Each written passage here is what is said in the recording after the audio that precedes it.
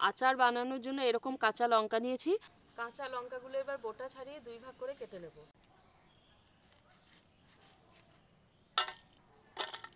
লঙ্কাগুলো সব আমি এভাবে কেটে নিয়েছি।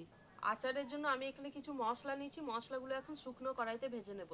ছোট চামচের 2 চামচ গোটা জিরে, 2 চামচ গোটা ধনে, মৌরি 2 চামচ আর 2 চামচ মতো কালো সর্ষে, মেথি 1 চামচ, কালো জিরে 1 চামচ, গোলমরিচ 1 চামচ। আমি এখানে মশলাগুলো একটু বেশি করে নিয়েছি, তাতে করে লঙ্কার সাথে খুব সুন্দর মাখো মাখো হবে। বেশ অনেকটা পরিমাণ তেলই গরম করব। ভাজা মশলাটা ঠান্ডা হয়ে এসেছে, এবার গুঁড়ো করে নেব।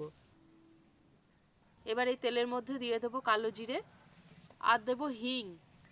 এবার এর মধ্যে দেবো পরিমাণ মতো লবণ, হলুদ গুঁড়ো দেবো আর দেবো কাশ্মীরি লঙ্কা গুঁড়ো।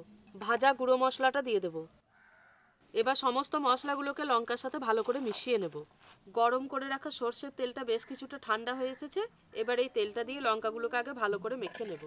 ভালো করে মেখে নেওয়ার পর দেখুন লঙ্কাগুলো কিন্তু একটুও জড়িয়ে যায়নি। এবার এই লঙ্কার আচার যাতে প্রায় 1 বছর পর্যন্ত ভালো থাকে, তার জন্য এখানে দিয়ে দেব লেবুর রস।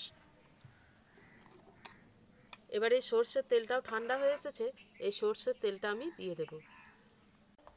এইভাবে ঝাঁকিয়ে নিলে লঙ্কা, মশলা, তেল সব একসাথে ভালোভাবে মিশে যাবে আর দারুণ লাগবে খেতে। তার জন্যই কিন্তু একটু ফাঁকা রেখে আমি জারটাকে বন্ধ করেছি।